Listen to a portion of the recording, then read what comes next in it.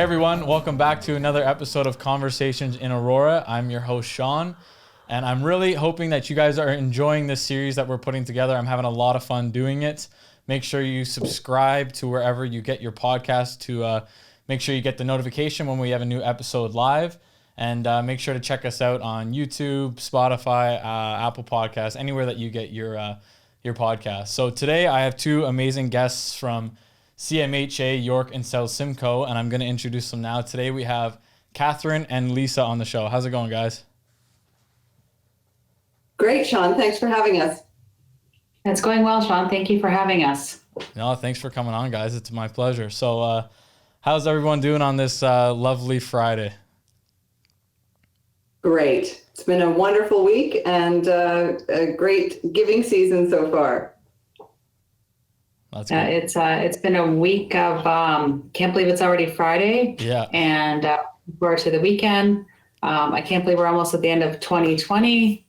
So lots to look forward to. I know. 2 weeks today till Christmas. It doesn't even feel like the holidays right now. This year's just, it felt like the longest year ever and the quickest year, if that makes any sense at all. Completely. Oh yeah. 2020 history in the books, right? Yeah, it's one for the books, that's for sure. So how's it been going with you guys, you know, kind of transitioning from, I'm sure, being in the office all the time to you know, working from home and working off Zoom and, you know, Skype and all that stuff. How's that transition been for you guys?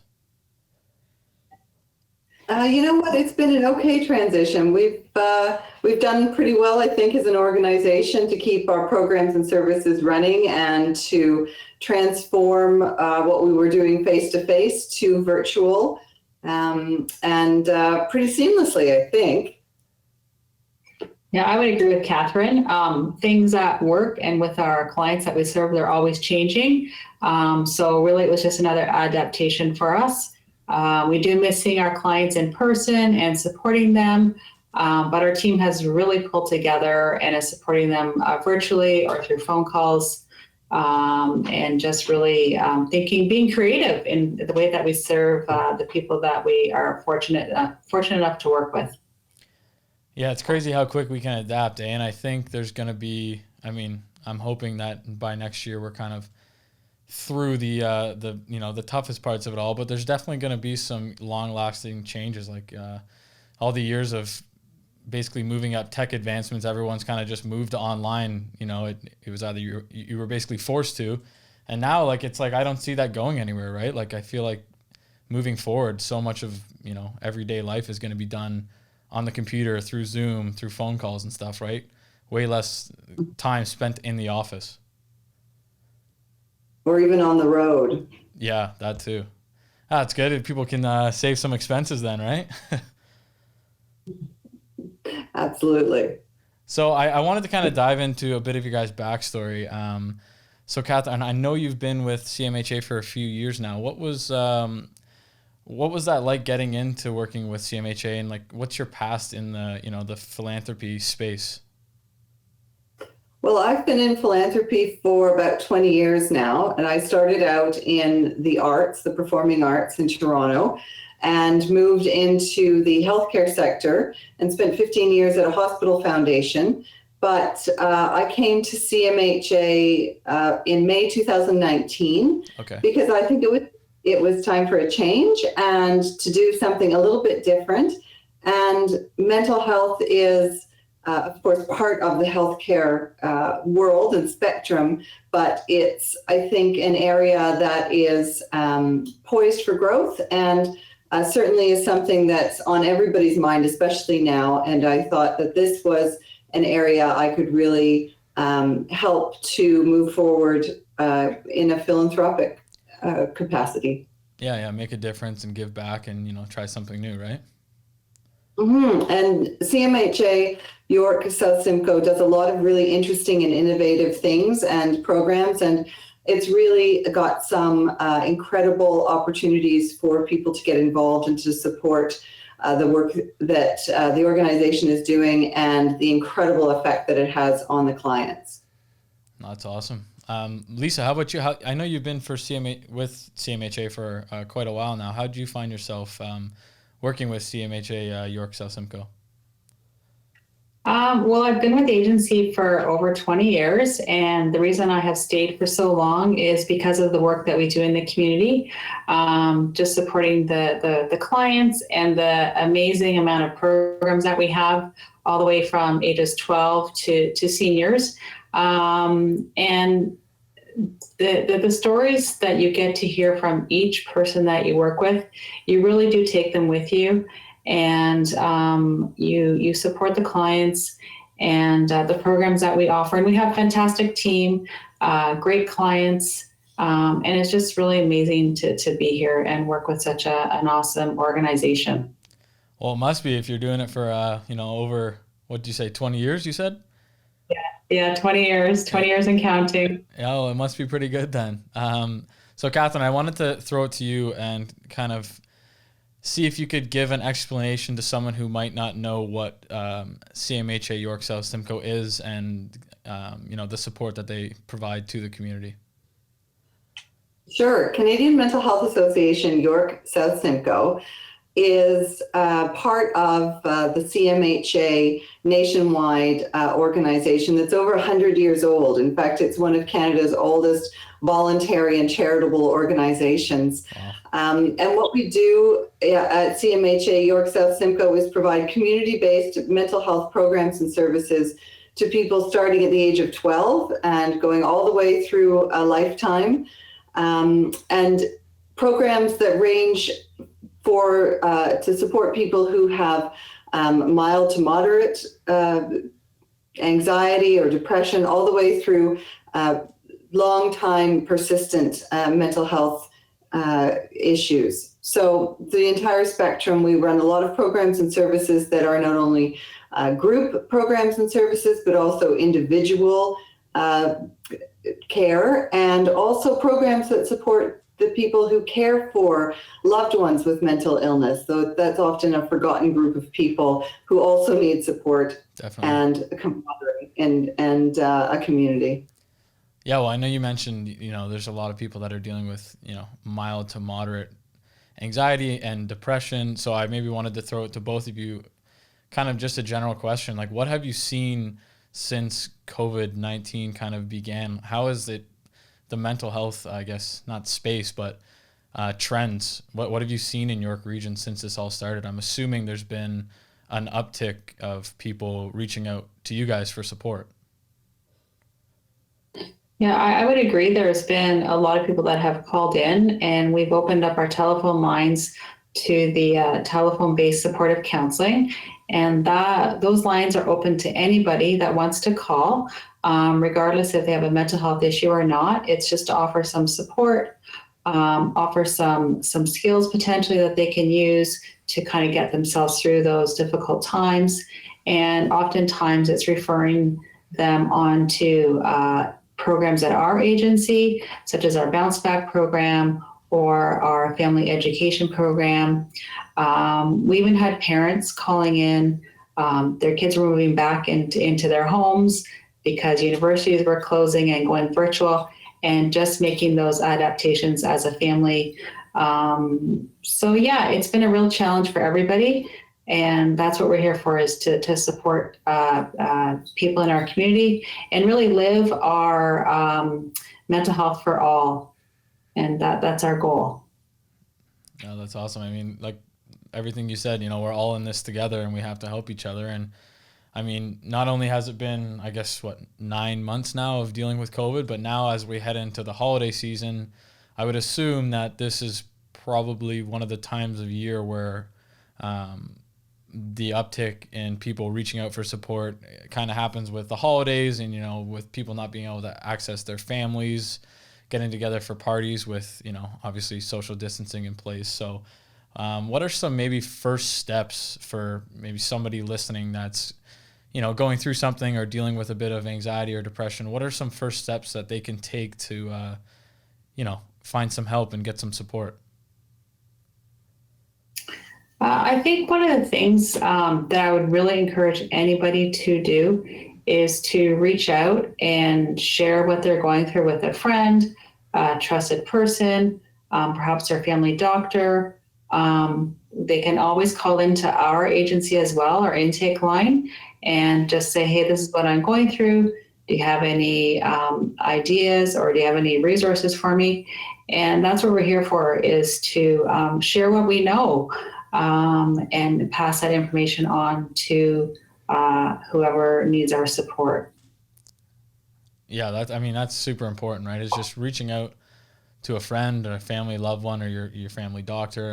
And on the other side of it is, if you're someone who maybe isn't dealing with something like that, but you know a friend or family member who is, always, kind of offer your ear or your shoulder for them to lean on to kind of, express what they're feeling, right? Sometimes that's all it takes to get someone onto the right path, right? Absolutely. It's keeping a listening ear is really important. Yeah, definitely. So one of the questions I wanted to ask, so when someone makes a donation to CMHA York South Simcoe, how do the donations impact the people who are turning to CMHA for support? Well, a lot of our programs are supported through the Ministry of Health, but there are a number of things that we do that don't receive full funding, and that's where philanthropy really comes in. And we have programs like MOBI's, Mobile York South Simcoe, which is Ontario's first and only mobile youth mental health clinic for those who are 12 to 25. And fundraising supports that service that allows young people access, non-judgmental, free of charge, can be anonymous, to a nurse practitioner, a social worker, or a youth mental health worker who can really help them through times that are difficult for them. Now, right now, the bus is, of course, not on the road, but we have transitioning services to be virtual. So we have a virtual clinic, and young people can still get a hold of our MOBI's staff members through the phone line that we have, and also by visiting mobis.ca on our website to find out more.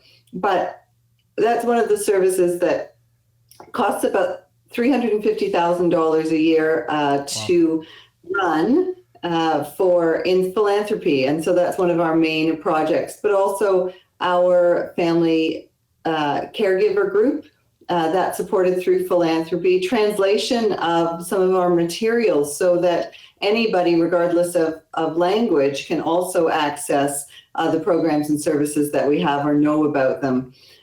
We support our youth wellness programs, which is some programming in schools that talks directly to young people about mental health. So there are a number of really leading edge programs that are not covered through government funding, and that we look to the community to help us support. And it has a huge impact on the people that we serve. In fact, some of the young people who are phoning into or accessing MOBI's are literally in crisis, and those people on the other end of the phone, and the people like Lisa who answer our supportive telephone counseling line, they're really saving lives, and that's an incredible investment. Yeah, no, for sure. And I mean, making it accessible for everybody, like you said, young people, people who don't have English as their first language, that's really important. And yeah, you're right. Totally. It is saving lives. It's helping people talk about the problems that they're having and finding ways to get better and find solutions. So I know you mentioned youth in schools, and Lisa, I know that you work with students in schools. So I wanted to kind of ask you and see, what have you kind of noticed in the school system with students right now? Like, I can't imagine, imagine being a senior right now, and you can't have your normal prom that your parents had or your siblings had. And so what are you seeing in the schools right now from students? So Sean, yeah, I would agree with you. The students have had a hard time adjusting since March. They've been home doing virtual learning and being really isolated from their friends, many of their activities, baseball, soccer, kind of all those rituals of summer, I guess. So it's been a real adaptation for them. So we've encouraged them to call in, call us, give us a call, and we can share with them some resources and skills to kind of help them. And just imagine being a teenager without a pandemic and all those kind of awkward times and difficult moments. Yep. And throwing a pandemic on top of it has been challenging. But I think they're adjusting. But a lot of that is because of the support of their family and friends and agencies like ourselves. That's great. And you know what? Hopefully it's not too much longer and everyone can get back to, playing sports and, organized groups and dance and like just getting back out there and, being a kid again and enjoying all that. And so we're going to take it to a quick break right here and we will be right back. Okay, so that's just so if they're going to put a little ad in the middle that can run. And then I'm going to start it back up. We'll ask a couple more questions and I think we're good. We're probably going to be around 30 minutes.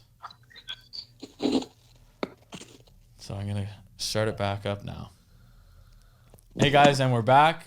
So I wanted to start back off here asking, I guess both of you, maybe one of you can start first. Catherine, I'll ask you first. If there's something that a listener tuning in right now who might be struggling with, anxiety or depression, what are some things that you want them to take away from listening to this podcast?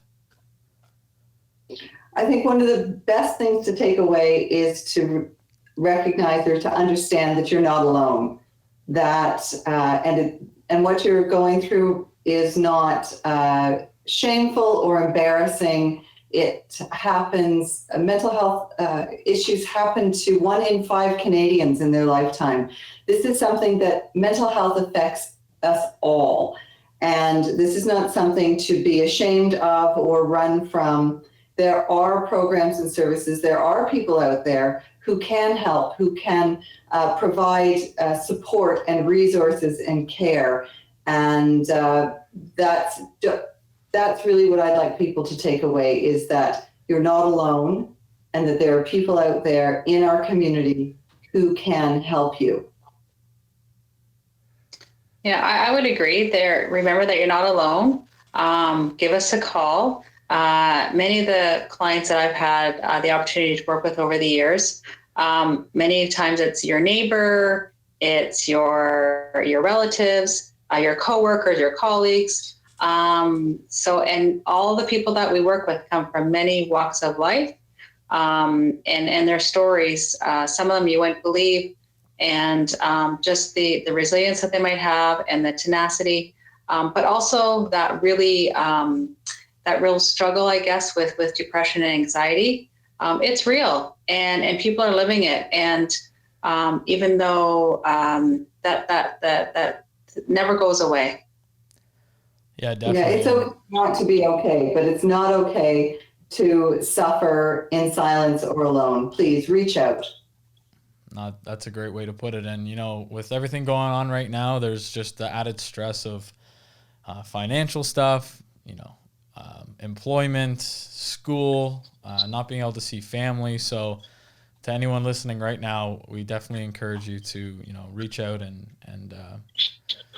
talk about it.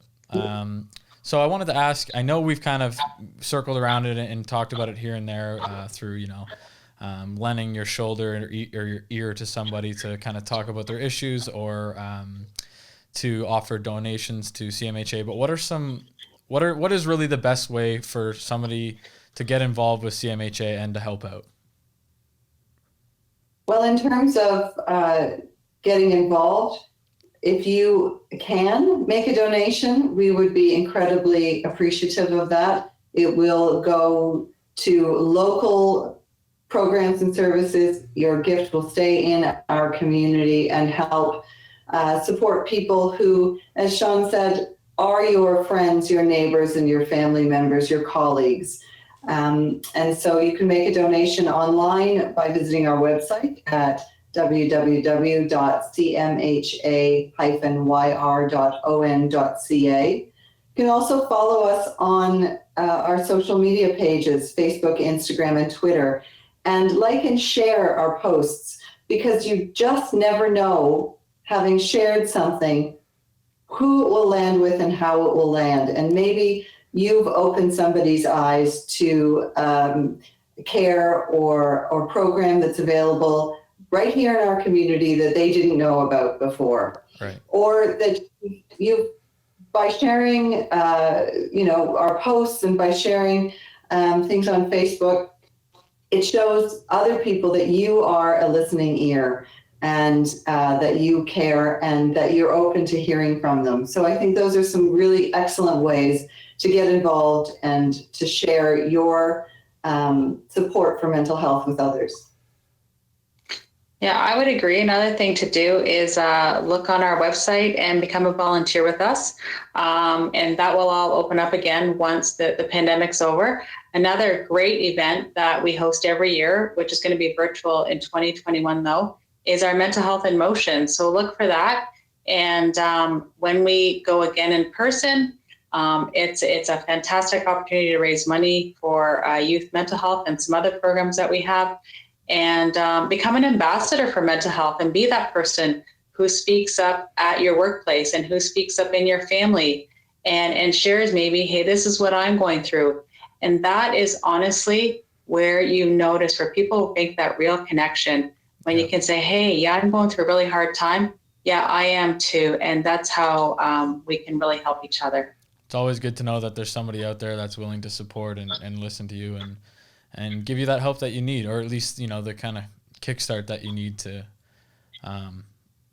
get started on that journey to, getting better. So that's great. And you mentioned the Mental Health in Motion. So that's, as we wrap up, I wanted to ask if you guys had any programs upcoming. So that's obviously an upcoming program. I don't know if maybe Catherine, you wanted to speak to it further at all. Any more details that you can add? Please go ahead. Sure. Absolutely. Mental Health in Motion is CMHA York South Simcoe's largest fundraising event of the year. This year, as Lisa said, we are going virtual, but the virtual kickoff will take place on June 13th, Sunday, June 13th.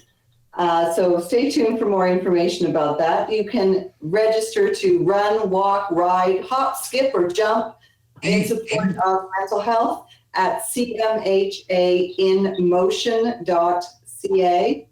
It's a fabulous event that brings together, in normal times, hundreds of people in support of mental health. Yeah. This year, we're hoping that people will sign up to participate either alone within their bubble or, depending on health guidelines, with a group as is appropriate.